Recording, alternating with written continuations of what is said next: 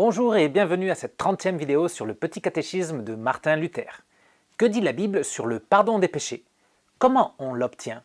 Quels en sont les bénéfices? Eh bien, allons voir ce que nous disent les vérités fondamentales de la Bible.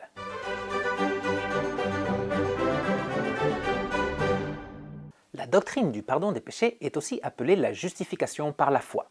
Cet enseignement est le principal de la Bible, c'est pourquoi il est aussi inscrit dans le 3e article du Credo. Quand on parle du pardon des péchés, on parle dans un sens négatif. Le péché nous est enlevé. Dieu ne nous impute pas notre culpabilité.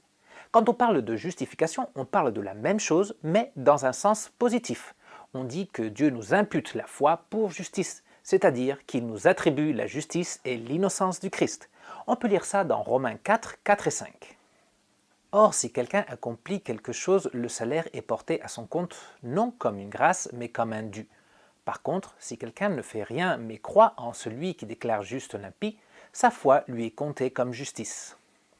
La justification par la grâce de Dieu en Jésus-Christ au moyen de la foi est la particularité du christianisme vis-à-vis de toutes les autres religions du monde. La Bible nous dit que le pardon, la justification, s'obtient par grâce, par Christ et par la foi. C'est ce qu'on va voir en détail. Lisons Romains 3, 24 et 28. Tous sont gratuitement déclarés justes par la grâce de Dieu par le moyen de la libération qui se trouve en Jésus-Christ. En effet, nous estimons que l'homme est déclaré juste par la foi indépendamment des œuvres de la loi. Nous trouvons dans ce texte les 3 éléments dont dépend notre justification, le pardon de nos péchés. La grâce de Dieu, la rédemption œuvrée par Jésus-Christ et la foi. Voyons d'abord la grâce. Le péché est le plus grand problème de l'humanité. À cause du péché, tout être humain doit être condamné par le jugement de Dieu. Il n'y a pas moyen de se détacher de ces péchés et de la condamnation qui va avec. C'est pour ça qu'on parle du drame du péché. Mais Dieu ne nous a pas créés pour nous jeter en enfer. Il a donc décidé de nous sauver par le pardon des péchés.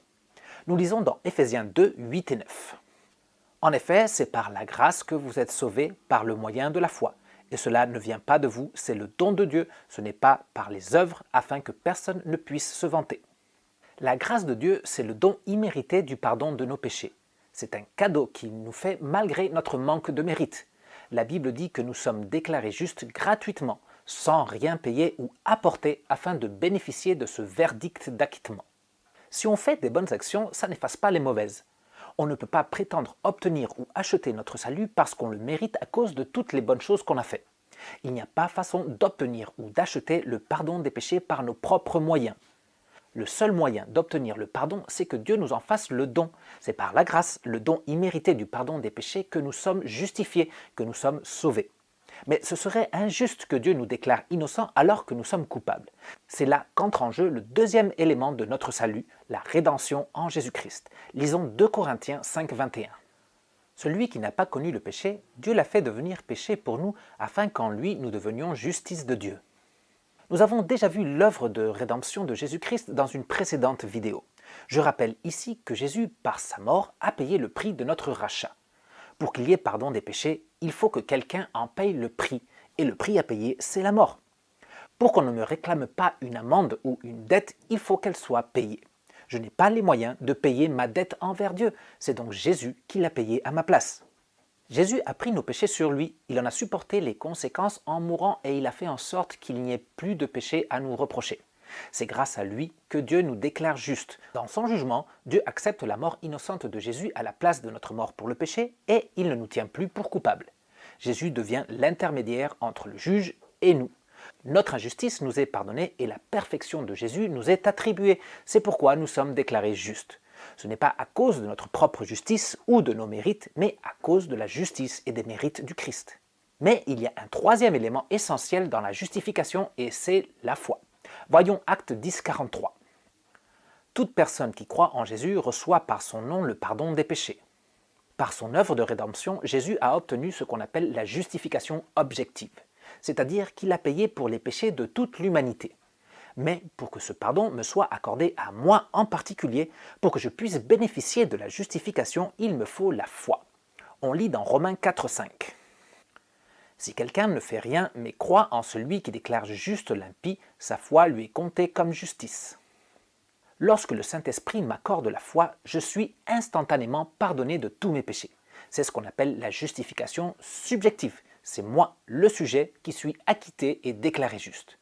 La foi, c'est faire confiance à l'œuvre de Jésus-Christ pour le pardon des péchés. C'est croire que son sacrifice pour le pardon de toute l'humanité est aussi pour moi.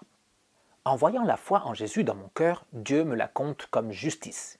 Dieu voit la justice du Christ en moi et il m'accorde par les mérites du Christ ce qui lui correspond, la vie éternelle.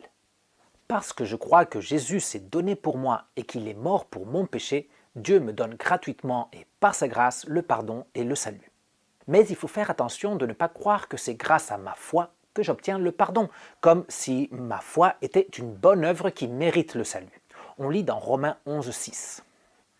Si c'est par grâce, ce n'est plus par les œuvres, autrement la grâce n'est plus une grâce. Et si c'est par les œuvres, ce n'est plus une grâce, autrement l'œuvre n'est plus une œuvre. Si on enseigne qu'il faut rajouter nos œuvres aux œuvres du Christ, ou qu'il faut faire quelque chose pour obtenir la grâce, ou qu'il faut montrer une prédisposition avant d'avoir la foi, alors ce n'est plus par grâce qu'on est sauvé, ce n'est plus par Christ qu'on est sauvé, et ce n'est plus par la foi qu'on est sauvé. Nous sommes justifiés, pardonnés et sauvés par la grâce de Dieu à cause de l'œuvre du Christ et au moyen de la foi en lui. La justification par grâce, par Christ et par la foi est le chemin du salut enseigné dans la Bible. Tout autre chemin enseigné pour obtenir le salut ne vient pas de Dieu et il ne mène nulle part. Par ailleurs, l'enseignement biblique du salut par grâce, par Christ et par la foi nous accorde bien d'autres bénédictions pour la vie quotidienne. Lisons Romains 8, 33. Qui accusera ceux que Dieu a choisis? C'est Dieu qui les déclare justes. La justification par grâce à cause du Christ et au moyen de la foi nous apporte la certitude qu'il n'y a plus de condamnation en suspens sur nous. Dieu nous a complètement pardonnés et nous pouvons donc avoir la certitude et l'assurance de notre salut. Personne ne peut faire revenir en arrière la déclaration d'acquittement que Dieu a prononcée sur ceux qui gardent la foi en Jésus-Christ. Nous lisons aussi dans Romains 4, 6 à 8.